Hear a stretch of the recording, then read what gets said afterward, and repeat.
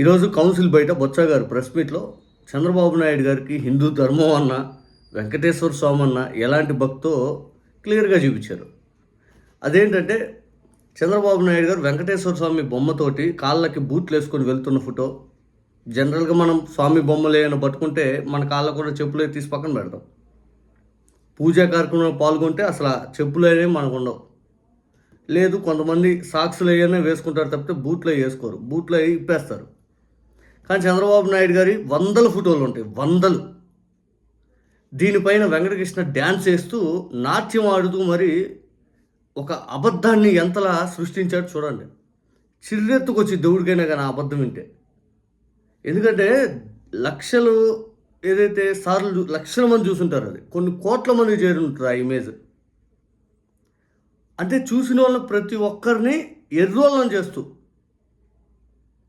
దాదాపు చంద్రబాబు నాయుడు గారు గురించి తెలిసిన దగ్గర నుంచి అటువంటి ఫోటోలు ప్రతి సందర్భంలో వైరల్ అవుతూ ఉంటాయి. కానీ వెంకటకృష్ణ ఆ ఫోటోల గురించి అన్న మాటలు వింటే మాత్రం నీకు ఎలా కనపడుతున్నావురా బాబాయ్ అనిపించింది.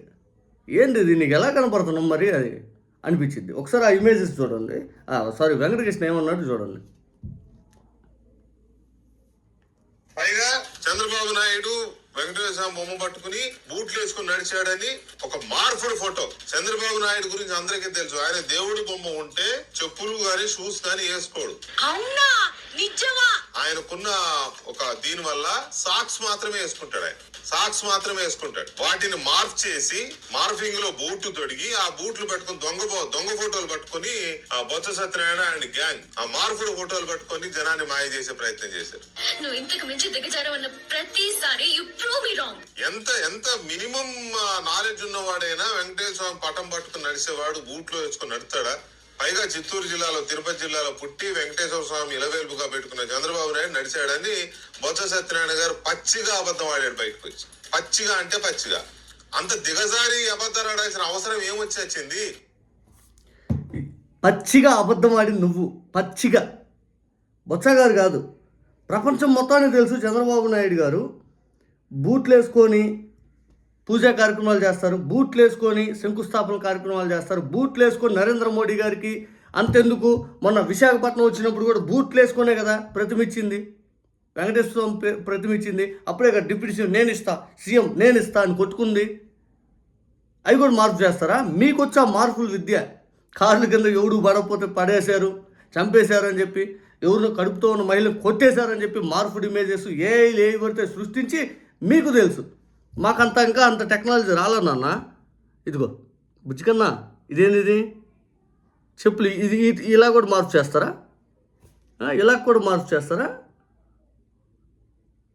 ఇదిగో ఇక్కడ చంద్రబాబు నాయుడు గారి కంటే ఉన్నాయి, మరి వేరే వాళ్ళు కూడా చెప్పుల్లోనే ఉన్నారు, వాళ్ళకి కూడా మార్పు చేస్తారా? చెప్పు, వాళ్ళకి కూడా మార్పు చేస్తారా? ఇక్కడ మరి క్లియర్గా ఇదిగోండి బాబు గారు పటాల పక్కన మరి కలిసం పక్కన ఇవి కూడా మార్పు చేస్తారా? ఇవి కూడా మార్పు చేస్తారా?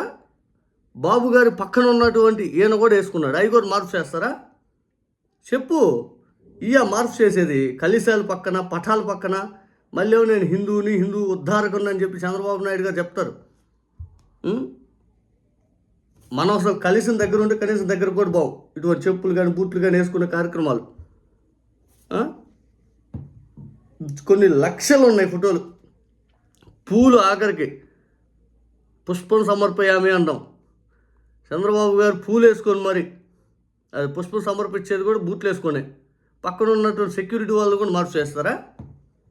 ఇది ఇంత పచ్చబద్దాలు అవసరమా వెంకటకృష్ణ? ఇదిగో నువ్వు చెప్పే ఒరిజినల్ ఫోటో ఇది. ఇక మొన్న మోడీ గారు వచ్చినప్పుడు ఆంధ్రాకి, విశాఖపట్నంలో కానీ లేదా అమరావతిలో కానీ ఎప్పుడు వెళ్ళినా అంతెందుకు ఆ నిర్మలా సీతారామన్ గారు కలిసినా కానీ ఎన్నో ఇమేజెస్ అమిత్ షా గారిని కలిసినా కానీ ప్రతిమిచ్చేటప్పుడు బూట్లు వేసుకునే ఉంటారు. ఎందుకు ఇంత పచ్చబద్దాలు? ఎవరిని మోసం చేయడానికి? తైతక్క నాట్యం ఆడుతుంటివి డిబేట్లో కూర్చొని డ్యాన్స్ చేస్తాం మరి చెబుతుంటివి. ఇవి వస్తారు వెంకటకృష్ణ. ఇంత పచ్చబద్దాలు, ఇంత వితండవాదం ఈ విధానంగా చేస్తే, ఈ విధానంగా నువ్వు చేస్తే వస్తారు బయట. దేనికి? ఏం సాధించడానికి నువ్వు? ఏం సాధించడానికి చెప్పు. ఇంత దుర్మార్గమైన అబద్ధం అవసరమా? మీకు తెలుసు ఇంకా ఈ మార్ఫింగ్ నిజంగా ఈ కూలి మీడియా, పచ్చ మీడియా, బూత్ మీడియా ఇవన్నీ మీ మీడియాకి ఎందుకు పేర్లు వచ్చినాయి ఇవన్నీ చూస్తేనే అర్థమవుతుంది. ఇంత పచ్చి అబద్ధం అవసరమా? ఇంత దారుణమైన అబద్ధం అవసరమా? ఎవరిని మోసం చేయడానికి? ఎవరిని మోసం చేయడానికి? చెప్పు, న్యాయం చెప్పు. దేనికి? దేనికి? దేవుడితో ఆటలాడొద్దు స్వామి అంటే మేము దేవుడితోనే ఆటలాడతాం. మీకు దేవుడిపైన భక్తి లేదు, దేవుడిపైన గౌరవం లేదు, దేవుడు అంటే భయమూ లేదు. అంతిమంగా మీకు జనాలంటే ఎర్రోళ్ళని చేసినట్టు చేస్తున్నారు. మీరు చెప్పిందే వార్త మీరే చూడండి. మీకు కొంతమంది వ్యూవర్స్ ఉంటే ఆ వ్యూవర్సే పదే పదే అబద్ధాలు మీరు సృష్టించి వాళ్ళు ప్రచారంలో తీసుకెళ్తారు. చంద్రబాబు నాయుడు గారు ఒక అబద్ధాన్ని సృష్టించి మీకు అప్పచెప్తాడు. మీరు పూర్తి స్థాయిలో దాన్ని సర్క్యులేట్ చేసే విధానం ఒక సిస్టమ్ క్రియేట్ చేసుకున్నారు, ఒక సర్కిల్ని. ఆ సర్కిల్ ప్రకారం పదే పదే ఇది కూడా దయచేసి ఇది అబద్ధం అని అంటే ఖచ్చితంగా వెంకటకృష్ణ నీ ముఖాన్ని వస్తారు. ఎందుకంటే కొన్ని కోట్ల మంది చూసుంటారు ఈ ఫోటోలు. చంద్రబాబు నాయుడు గారు ఇప్పటికీ కాదు ఎప్పటి నుంచో జరుగుతూ ఉంది. అర్థమైంది? ఓవర్ నైట్ ఏదో అయిపోయిందన్న నువ్వు చేయొద్దు దయచేసి. అటువంటి ఆరోపణలు, అటువంటి వితండవాదనలు నువ్వు చేయొద్దు. డిప్యూటీ సీఎం కూడా అట్లా చెప్పులు వేసుకొని దిగిన ఫోటోలు ఉన్నాయి. ఎందుకు మాలేసుకున్నప్పుడు చెప్పులు వేసుకొని తిరగలా?